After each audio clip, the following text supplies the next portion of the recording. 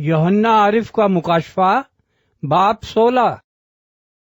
پھر میں نے مقدس میں سے کسی کو بڑی آواز سے ان 7 فرشتوں سے یہ کہتے سنا کہ جاؤ، خدا کے قہر کے 7 پیالوں کو زمین پر الٹ دو۔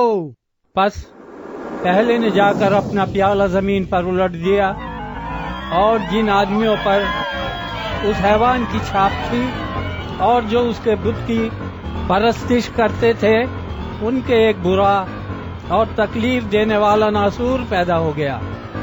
اور دوسرے نے اپنا پیالہ سمندر میں الٹا، اور وہ مردے کا سا خون بن گیا، اور سمندر کے سب جاندار مر گئے۔ اور تیسرے نے اپنا پیالہ دریاؤں اور پانی کے چشموں پر الٹا، اور وہ خون بن گئے۔ اور میں نے پانی کے فرشتے کو یہ کہتے سنا، اے قدوس جو ہے اور جو تھا، تو عادل ہے کہ تو نے یہ انصاف کیا، کیونکہ انہوں نے مقدسوں اور نبیوں کا خون بہایا تھا، اور تو نے انہیں خون پلایا، وہ اسی لائق ہے۔ پھر میں نے قربان گاہ میں سے یہ آواز سنی، اے خداوند خدا قادر مطلق، بے شک تیرے فیصلے درست اور راست ہیں۔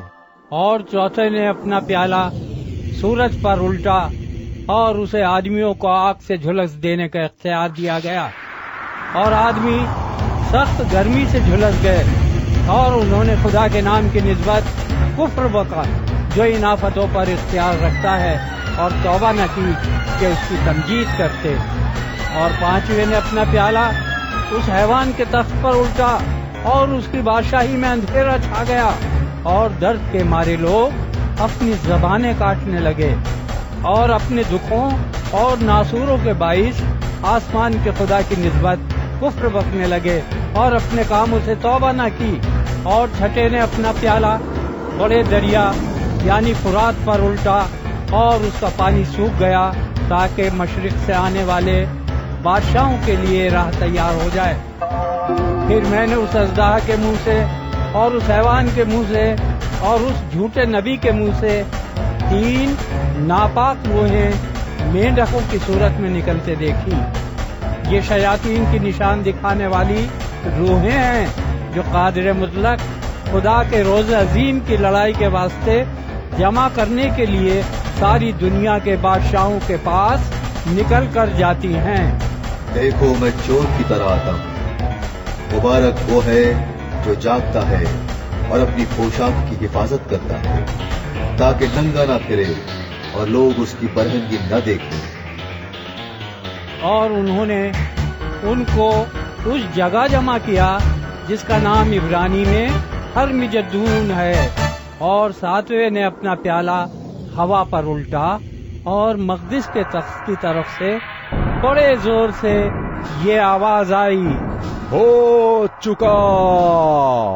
پھر بجلیاں اور آوازیں اور گرجیں پیدا ہوئیں، اور ایک ایسا بڑا بھونچال آیا کہ جب سے انسان زمین پر پیدا ہوئے ایسا بڑا اور سخت بھونچال کبھی نہ آیا تھا۔